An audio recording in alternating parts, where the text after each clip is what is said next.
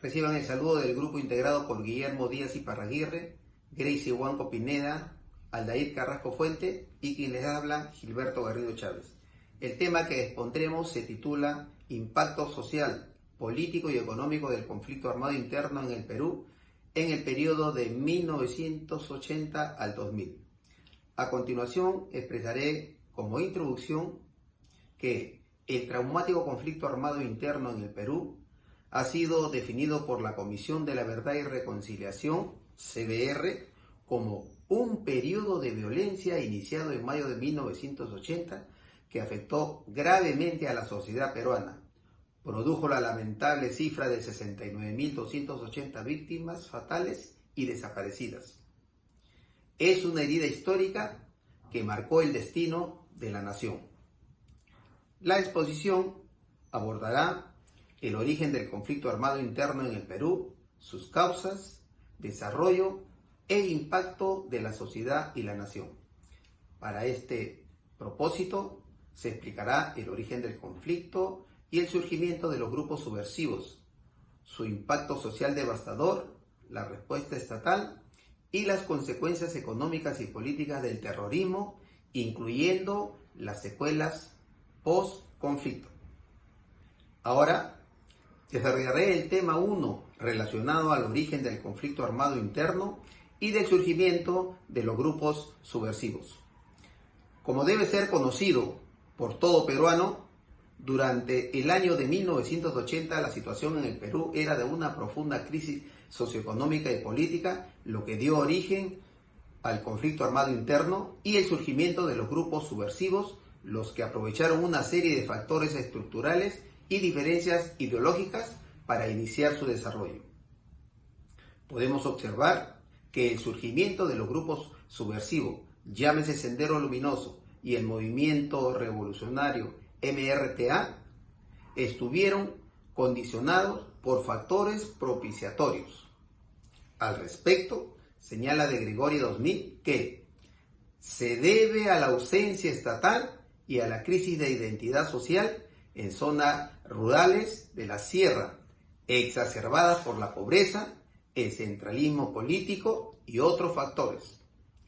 Estos crearon un caldo de cultivo para la ideología maoísta de Sendero Luminoso.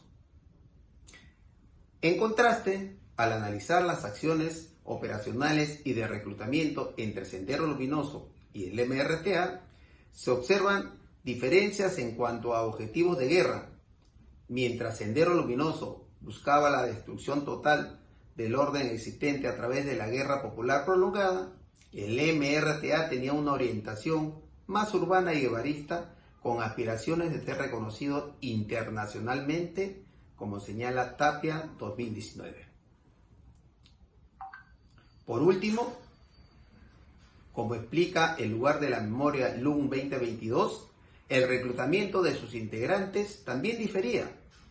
Sendero Luminoso basaba en la coerción violenta, el reclutamiento en comunidades rurales y la explotación de aspiraciones frustradas de jóvenes universitarios. Por otra parte, el MRTA era más de convencimiento y reconocimiento propio.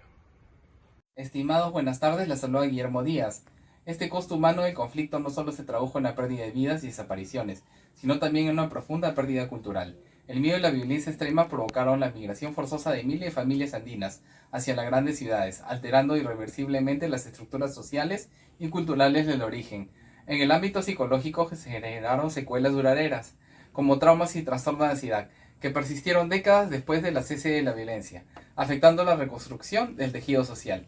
El conflicto tuvo un impacto social desproporcionado, focalizado en zonas rurales. La mayoría de las víctimas directas fueron hablantes de las lenguas nativas, quienes padecieron la violencia de ambos bandos, según Amnistía Internacional. Las consecuencias se extendieron a la pérdida cultural y la migración forzosa de miles de personas hacia la costa, tal como analiza Ansion, lo que transformó el panorama demográfico y cultural del país, dejando secuelas psicológicas y comunitarias difíciles de superar. Muchas gracias. Un cordial saludo, mi nombre es Gracie Huanco Pineda, voy a exponer el desarrollo número 3. La respuesta del Estado peruano ahí se centró en estrategias militares para contener la violencia subversiva, lo que tuvo consecuencias directas sobre los derechos humanos. Por una parte, el gobierno usó estrategias militares y políticas para enfrentar a Sendero Luminoso y el MRTA, aunque de negociación inicial que existía un fenómeno terrorista, pero al escalar la violencia, el Estado adoptó un enfoque principalmente militarizado.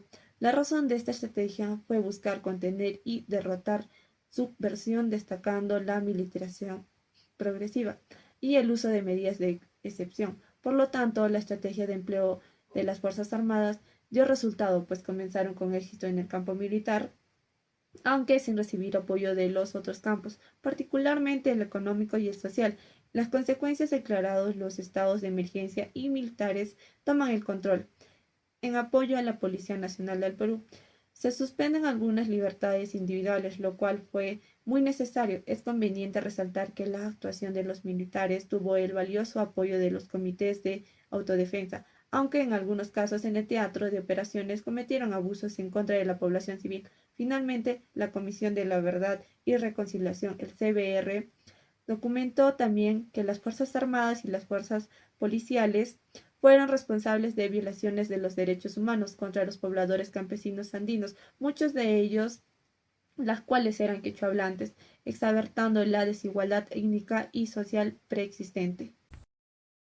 Buenas tardes, mi nombre es Adrián Alegría de Carrasco Fuentes y voy a exponer el desarrollo 4. Frente al aumento de la violencia subversiva, el Estado peruano respondió priorizando la intervención militar en amplias zonas del país y se declararon estados de emergencia, transfiriendo así el control político y administrativo a los comandos militares. Aunque estas medidas buscaban frenar a los grupos subversivos, generaron una tensión entre la seguridad y el respeto a la legalidad. Organismos como Uamarrix registraron abusos cometidos por parte de las fuerzas armadas y policiales, como asesinatos sin juicio, torturas, desapariciones. Muchos de estos casos se justificaron con la narrativa de la lucha antiterrorista. En este contexto surgieron también rondas campesinas, inicialmente como grupos de autodefensa, aunque varios de estos actuaron bajo presión del ejército. La respuesta estatal permitió recuperar el control territorial, pero afectó gravemente la legalidad y los derechos fundamentales. Eso sería todo. Muchas gracias. Cerrando el tema, es opinión del grupo que el conflicto armado interno en el Perú fue un evento multidimensional y traumático que tuvo sus raíces en profundas desigualdades socioeconómicas y sociales. Desencadenó un impacto humano desproporcionado en la población indígena y campesina. Forzó al Estado a una respuesta subversiva compleja que dejó secuelas económicas y duraderas. Por ello, recordar y comprender la magnitud del conflicto armado interno es crucial para fortalecer la institucionalidad democrática y asegurar que las lecciones de la violencia terroristas se utilicen para construir una sociedad más justa e inclusiva. La memoria de las víctimas y la verdad histórica son pilares para el futuro, como afirmó el poeta Antonio Cisneros. La memoria es el único paraíso del que no podemos ser expulsados.